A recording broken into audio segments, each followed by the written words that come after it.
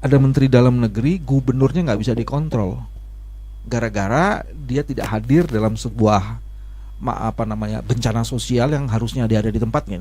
Mundur dia nggak melanggar hukum apapun. Nggak sampai dicekek nggak ya? Putusan MK itu, Ref, sebenarnya kehilangan marwahnya itu karena dia melepaskan isu penting soal integritas dan kerelaan etik itu menjadi bagian yang harusnya diambil alih untuk diputuskan itu. Karena jangan sampai kemudian terjadi hal yang tidak baik juga, kita yang tidak berkeringat masuk, ya kan? Betul. Yang berkeringat malah bisa menjadi provokator, gaduh, tapi bukan gaduh karena memperjuangkan nilai, tapi memperjuangkan rasa sakit hati.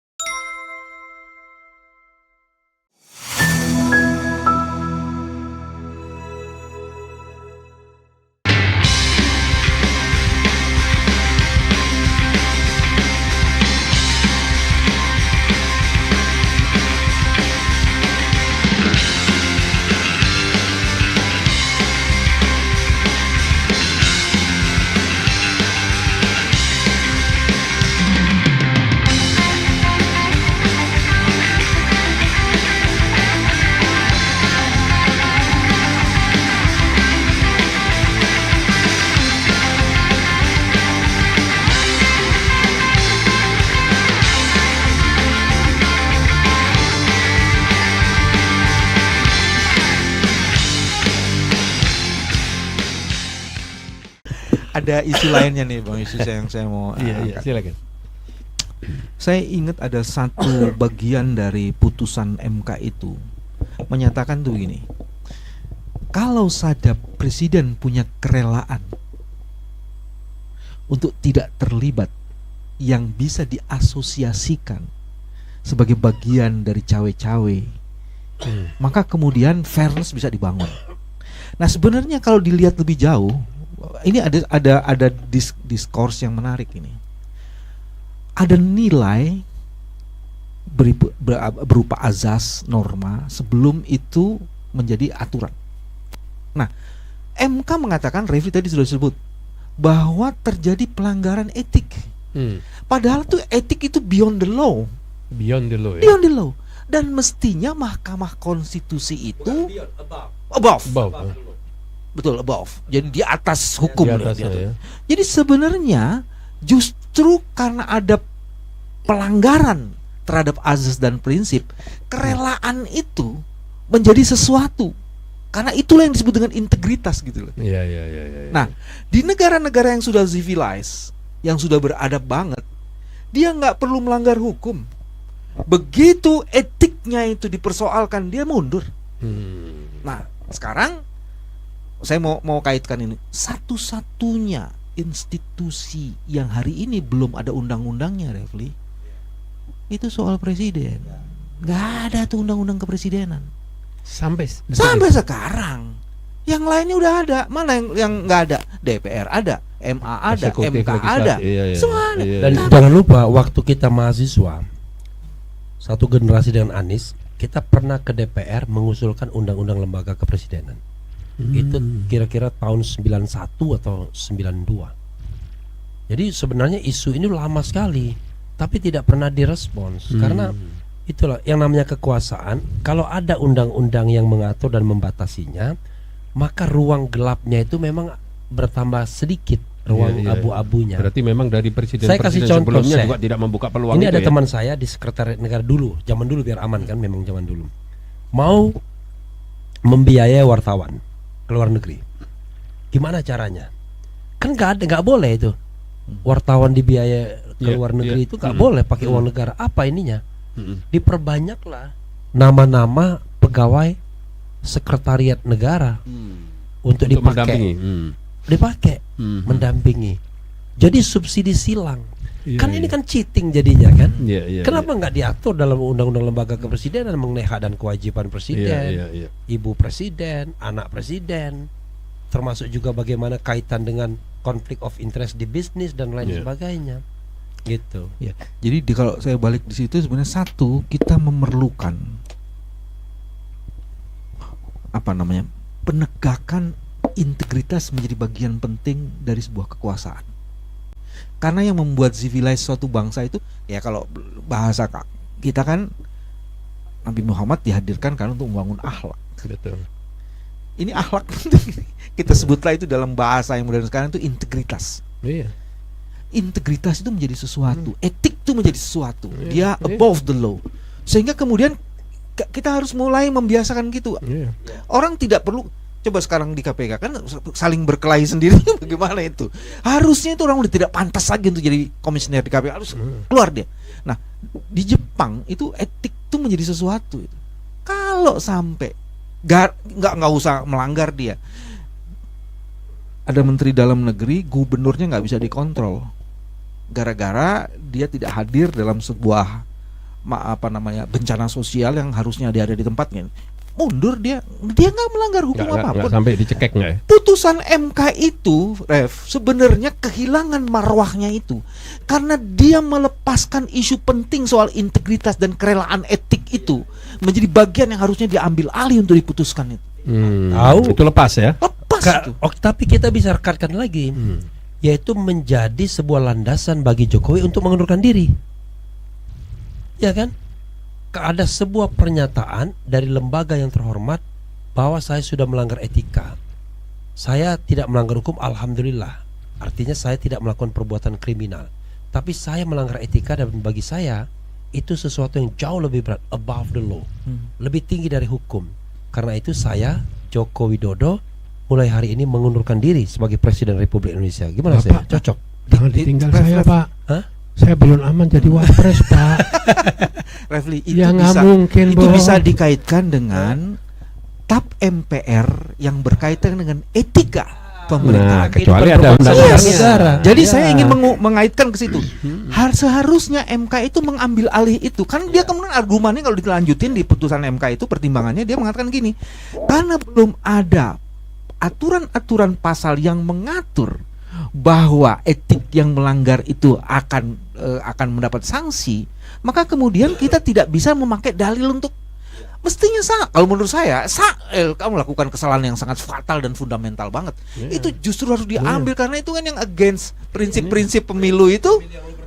Asas dan prinsip di situ tuh. Nah, itu soal KPU pun juga sama karena itu. Nah, itu karena pendekatan 5 hakim itu pendekatan yang konvensional. Procedural justice bukan Iya, substantial harusnya justice, dia pendekatan yang principle based. Jadi jangan sekedar rule based. Jadi kalau kita bicara rule based itu kayak Sontoloyonya soal pembagian uang, money politics di luar masa kampanye. Dibilang sudah ceto welo-welo bagi-bagi duit, dibilang tidak bisa dihukum karena di luar masa kampanye. Yang kedua, karena tidak terdaftar dalam tim kampanye. Kalau begitu caranya, saatnya kita bagi-bagi duit biar lolos dari hukuman di luar masa kampanye aja. konsolidasi partai di istana di Iya. luar masa kampanye. Iya. Jadi tidak apa-apa Nah, katanya. Padahal itu kan mengganggu pemilu yang jujur dan adil. Integritas pemilu kan jadi terganggu, constitutionality. Nah, sayangnya paradigma hakim ini nggak ke sana. Hanya Saldi yang secara tegas ya mengatakan bahwa dasar bergeraknya di pasal 22E tentang pemilu yang luber dan jurdil. Dari sanalah kemudian fenomena itu dikaitkan dengan prinsip itu, principle based. Jadi kalau ada sebuah fenomena dianggap sudah mengganggu prinsip itu, maka sah kemudian untuk dikabulkan. Makanya pembuktian bansos itu tidak perlu siapa yang menerima bansos, tempatnya di mana, berapa jumlahnya, lalu berapa pengaruhnya terhadap. Jadi nggak ada manfaatnya datengin menteri itu. Iya, berapa ada manfaatnya sesungguhnya kalau seandainya hakim jeli Oke. bahwa ada penggelontoran bansos yang tidak lazim yang dilakukan pada saat pemilu. Nah, itu kan sudah cukup alasan untuk mengabulkan permohonan bahwa kekuasaan sengaja cawe-cawe. Nah, tinggal dilihat kaitannya antara paslon 02 sama presiden. Apakah ada kaitan yang reasonable bahwa perbuatan presiden itu bisa membatalkan 02? Kan harusnya begitu kan? Yeah. Oh, ternyata kaitannya erat sekali, anaknya sendiri. Yeah. Nah, apakah ada misalnya sikap dasar dari Prabowo untuk menolak itu misalnya? Paling tidak nanti diceknya Pak Prabowo tuh, Oh, iya. Pak Prabowo coba usulkan rancangan undang-undang kepresidenan. Nah, Gitulah. Jadi dia ingin membatasi dirinya dari potensi-potensi yang bisa menjebak dirinya. Mudah-mudahan jangan bilang nanti ya Mas Bibi bantu Ya. saya. Kalau bukan begini, kita harus bedakan membantu pemikiran sama direkrut kepada pemerintahan itu beda. Beda. Setuju saya. Jadi kalau misalnya mereka mengundang kita untuk menyampaikan pendapat, ya kita nggak boleh. Bagus. Kita terbuka. Betul. Itu tapi bagian dari komunikasi politik. itu. Iya. Setuju, Tapi setuju. kalau dia, kamu di sini aja Iya, jadi staf kita saya. langsung Jangankan jadi staf saya, jadi menteri aja kita kagak mau. mau. Bayangkan. Hebat kita. Belum pernah jadi menteri, belum pernah jadi apa-apa, tapi nolak jabatan. Tapi kan itu untuk memberikan Karena pembelajaran. bukan diberikan tugas atau akan diajak berpikir. Iya. Iya kan, tapi kita mau direkrut, mau ditundukkan. dikerangkeng gitu Iya, aja, udah mau diam lu ditundukkan. gitu aja kan. Mau dirutankan. Dirutankan. Ruang tanya. Padahal jauh lebih membanggakan kita menjadi YouTuber. Iya, daripada kita iya, mau iya, jadi iya. menteri. Iya iya. Karena iya, ke iya. YouTuber kita enak bisa Iya, ngomong iya. apa aja. Jadi menteri takut kita ngomong kan. Betul. Jadi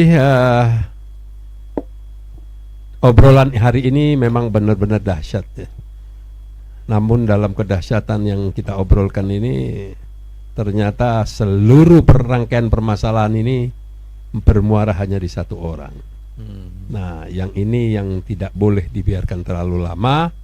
Kenapa saya tadi menyarankan agar atau mau melihat sejauh apa kepiawaian calon presiden atau presiden yang akan memimpin nanti ini menghadapi ikut campur tangan orang-orang yang sudah hampir habis masa jabatannya. Karena apa artinya pilpres, apa artinya presiden baru kalau yang mengendalikan tetap presiden yang lama.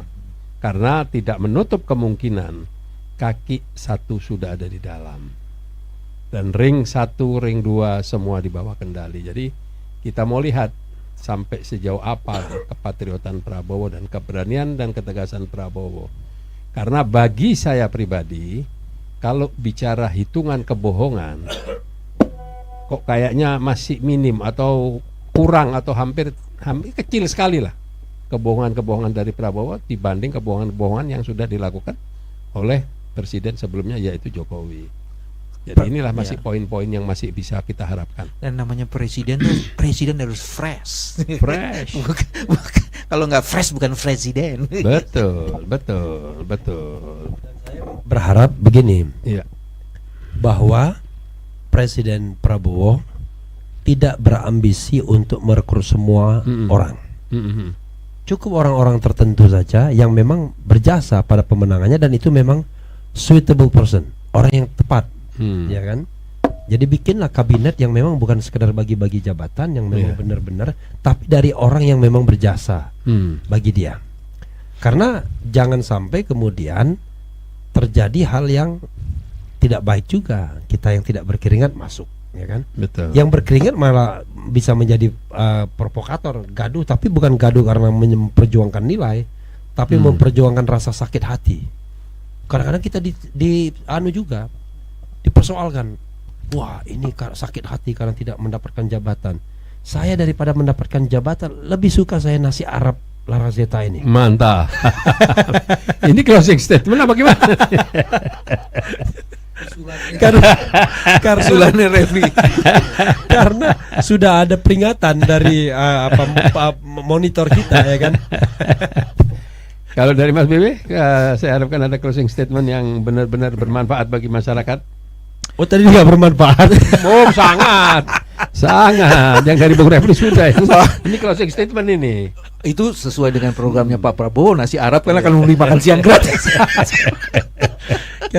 Kita makan maghrib kita. Kalau saya gini,